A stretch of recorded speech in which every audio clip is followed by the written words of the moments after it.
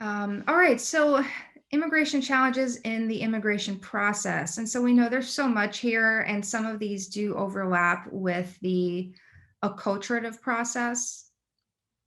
So refugees in particular are more likely to be met with hostility when they are immigrating. It's an unfortunate thing. People and psychologists explain this in a myriad of ways. Different psychologists who have different approaches explain this in different ways. Evolutionary psychologists say that we've evolved to separate ourselves into us and them, to make a lot of false positives when evaluating the danger from something unknown, and that we've sort of evolved as a protective mechanism to be skeptical of people who are other or things that are different from ourselves.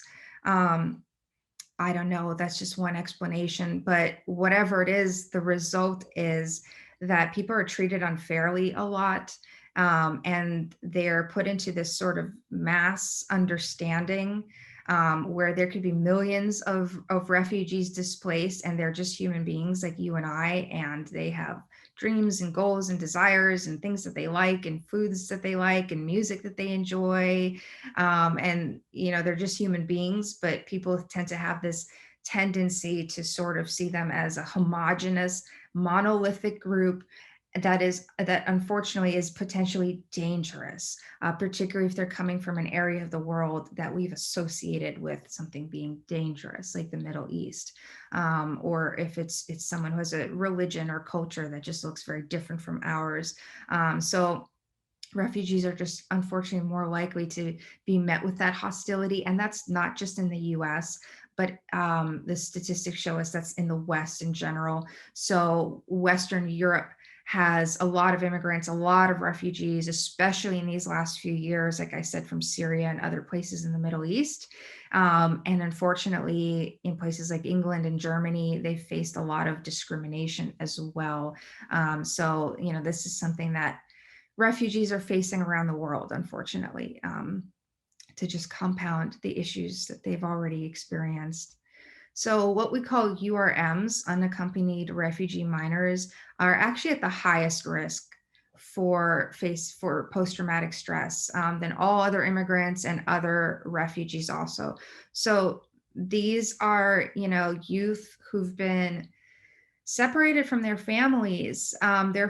Whatever situation they were coming from was so difficult and so dangerous that their families estimated it would actually be less dangerous to send their children alone on this journey, often undocumented, and all on their own. And that's not even to talk about some of these kids who've been separated from their families in the last few years and placed into essentially detent camps, where they're neither here nor there. They're in the US technically right now, but they don't know where they're going to end up, and they don't see their families. So for some of these kids, and they can be really young, is just imagine as a kid if you were just out of your home and trying to navigate life, even if you had the resources. So going out there all on your own, away from your family, and in this journey across countries where people are often victimized, adults and children often victimized. They can be sexually abused in the immigration process. They can be robbed. They can be assaulted. Are at risk of being trafficked. Many people can pay money to people to smuggle them over the border. And sometimes those people end up being traffickers and put them into indentured servitude or sex trafficking or something like that. So just a myriad of just awful and almost unimaginable things that unaccompanied refugee minors and immigrants and refugees in general might be facing in that process of just trying to immigrate. So even higher rates of post-traumatic stress for this population. Those immigrants who are undocumented, who are refugees in the United States, face the highest risk of being detained at the border, being deported. Maybe spending all the money that they have to try to get here just to be sent back, maybe not even making it through their journey back, unfortunately, because, like I said, there's a lot of violence that they can face on these journeys. or even just, starvation and dehydration, of trying to make these long treks to come to the United States. So, and also, like I said, a lot of families being separated. I know that we saw in the news, several hundred children whose families can't be found at this point. So, this is just really heartbreaking to see, but gives us just a small idea of some of the risk factors that these folks have been exposed to. So this term cultural negotiation, this is the idea of trying to figure out, I have one foot in my culture of origin and I have one in the dominant culture, and I'm being influenced by both. So where am I really? Some people end up with a very strong ethnic identity once they acculturate, which I'll just backtrack a little bit. We used to tell people that they had to assimilate. Assimilate is this idea of just becoming just like the dominant culture, dropping all of your cultural roots and just absorbing and assimilating into the new culture and the dominant culture, becoming this fully American, as in not having any remnants of your past culture. That used to be the idea that we would tell people, which is unfortunate. And, in my opinion, not really American. I've been told since I was a kid, this is a melting pot. Whether or not you like that term, the idea is that incorporating those cultures of origin, making that part of our culture as Americans. But we've moved away from assimilation to this idea of acculturation, which is the idea that we can feel integrated in the dominant culture. We can feel like a part of the dominant culture. We might absorb some parts of the dominant culture, but still retain our culture of origin. So people might end up with different kinds of ethnic identities. Some might end up with a very strong American ethnic identity where they do tend to drop off some of their culture of origin and those cultural values and traditions. And some might have a very strong cultural orientation of their culture of origin, and some might balance the two. It kind of depends. But either way, people have to go through this cultural negotiation, which is kind of like, okay, how are these two cultures? I'm bicultural now. How are these two cultures, my culture of origin and the US culture, interacting? And how do I adapt to an environment where I really have to honor both? What's my position? What's my place in this new world? So, this has been associated with anxiety, depression, post-traumatic stress, and strained family functioning for immigrants. And something else I'll mention when we talk about family here is that idea between the collectivistic culture and the individualistic culture. So in the US and other Western nations typically have a very individualistic culture. Our values internalized are that the needs of the one outweigh the needs of the many. So the needs of the individual sort of outweigh the needs of the family. That if your family wants you to not go away to college so you can stay home and help the family business, you have to follow your own dreams. You have to put your own goals and dreams above anything else, above your entire community. That's what's most important. And there's nothing wrong with that. That's just kind of the individualistic idea. But many immigrants are coming from collectivistic cultures, whether it is in the Middle East, Asia, the Mediterranean, South America, Central America. A lot of these cultures are more collectivistic, which means placing the collective group's needs above those of the individual.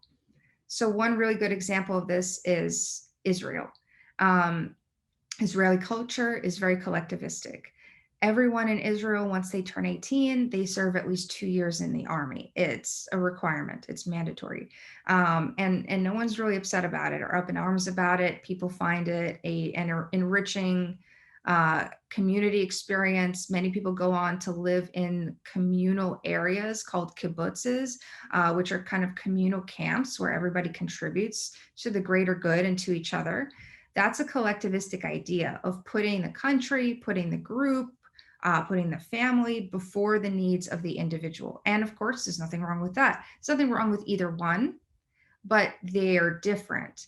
And so, especially for people who come from a collectivistic culture, when the family unit is strained or broken up, or the family functioning is strained, or as we see acculturation gaps between parents and children, when children are acculturating at faster rates than parents, and there's a divide between the two, people from collectivistic cultures can become even more distressed than those from individualistic cultures because it challenges some of their core values and their core cultural values as well. Parents and children can acculturate at different rates. So consonant acculturation is where parents and children sort of acculturate at the same rate, sometimes very accelerated. Dissonant acculturation is where they acculturate at two different rates and maybe in two different directions. So often we'll see where parents will hold on to their culture of origin and those values, and children who either immigrated with them or were born in the United States to immigrant parents are more acculturated to the US culture. And so they might start to clash. They might be even collectivistic with children who have individualistic values. And that can cause a lot of family strife, which for people who are very family oriented, especially if that's a cultural value, can lead to a lot of distress. So a lot of immigrants cite what they call a cultural loss, a loss of their sense of their culture of origin, particularly when they see their children start to lose that connection to the culture. So found this really interesting qualitative study about Somali Bantu refugees in the United States, and just their experiences with immigration. And one of the things that they endorsed the most strongly was this despair at cultural loss, leading to parent-child conflict, leading to mental health symptoms. So feeling like they were getting further away from their cultures of origin, like they were too far assimilated into the dominant culture, like their children were losing interest or losing their connection to their culture, which you can imagine might be very distressing, especially not only if one's culture is a big part of their personal identity, but also just that comfort factor of being able to retain something when you come to a place where you don't speak the language and everything is new.